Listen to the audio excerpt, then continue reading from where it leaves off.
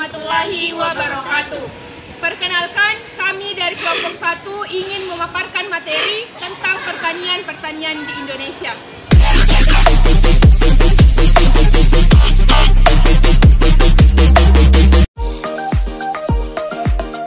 Sektor pertanian di Indonesia masih menjadi salah satu aspek penting sebagai roda penggerak ekonomi negara.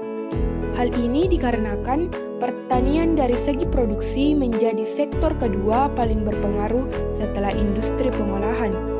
Sedangkan bila dibandingkan dengan sektor lainnya, pertanian masih berada di posisi teratas selain dari sektor perdagangan dan sektor konstruksi.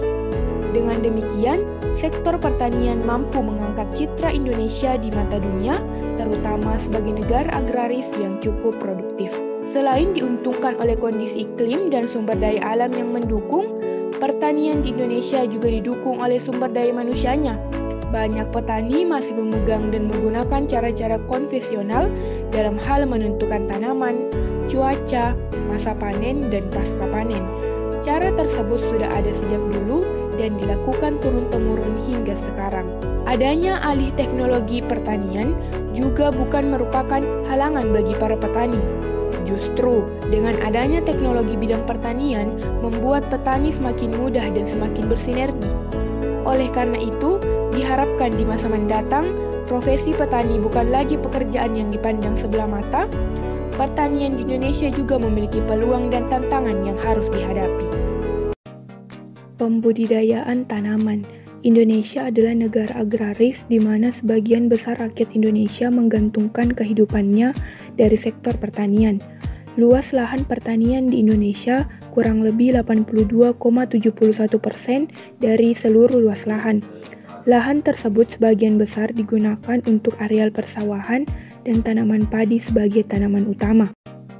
Indonesia juga dikenal sebagai penghasil usaha perkebunan, antara lain karet, bahan baku ban, kelapa sawit, bahan baku minyak goreng, tembakau, bahan baku obat dan rokok, kapas, bahan baku tekstil, kopi, bahan baku minuman, coklat, bahan baku makanan, cengkeh, bahan baku obat dan rokok, kelapa, bahan baku minyak goreng, jambu mente, bahan baku makanan ringan, jarak pagar, bahan baku biodiesel, dan tebu, bahan baku gula pasir.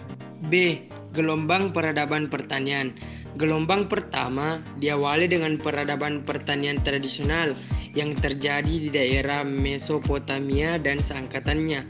Gelombang kedua adalah gelombang peradaban pertanian konvensional yang ditandai dengan adanya revolusi hijau.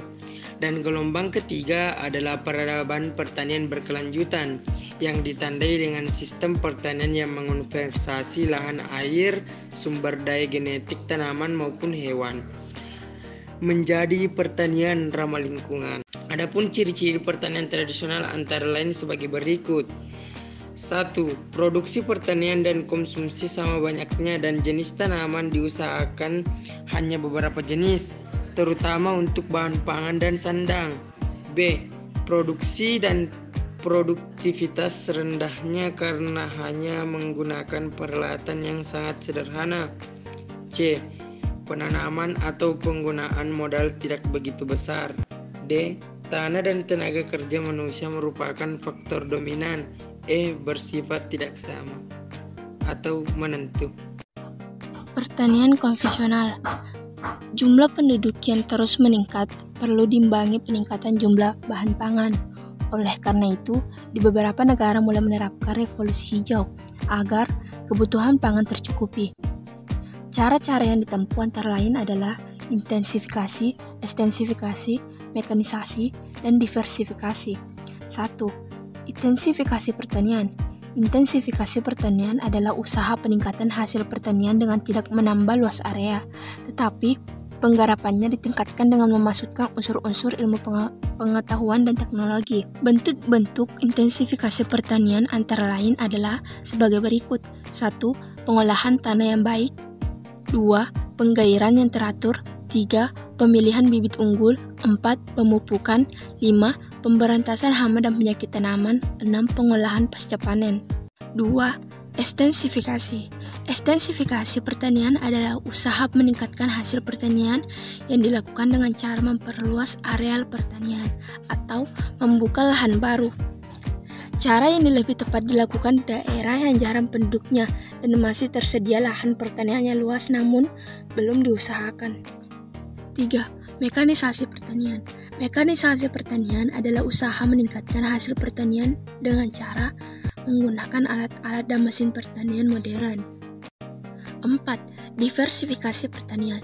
Diversifikasi pertanian adalah usaha meningkatkan hasil pertanian yang dilakukan dengan cara penganekaragaman jenis tanaman.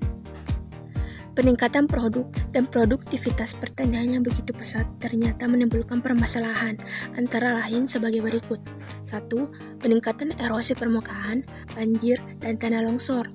2. Penurunan kesuburan tanah. 3. Hilangnya bahan organik tanah. 4. Salinisasi air tanah dan irigasi, serta sedimentasi tanah. 5. Peningkatan pencemaran air dan tanah akibat pupuk kimia dan pestisida. 6. Produk pertanian terkontaminasi bahan kimia. 7. Berkurangnya keanekaragaman hayati pertanian dan hilangnya kearifan lokal. Konsep dasar dari pertanian berkelanjutan adalah mengintegrasikan aspek lingkungan dengan sosial ekonomi masyarakat pertanian di mana mempertahankan ekosistem alami lahan pertanian yang sehat, melestarikan kualitas lingkungan, dan melestarikan sumber daya alam.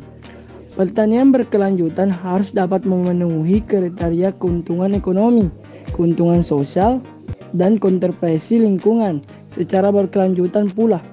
TRAP 1996 menjelaskan bahwa pertanian berkelanjutan adalah praktik-praktik pertanian yang secara ekologi layak, secara ekonomi menguntungkan, dan secara sosial dapat dipertanggungjawabkan.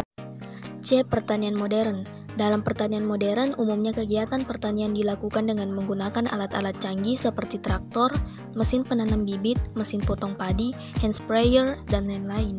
Dengan demikian, cara tanam dengan menggunakan mesin tanam lebih efisien waktu dan tenaga juga membuat tanaman rapi karena secara otomatis mesin telah memisah-misah bibit. Pertanian modern memiliki beberapa jenis.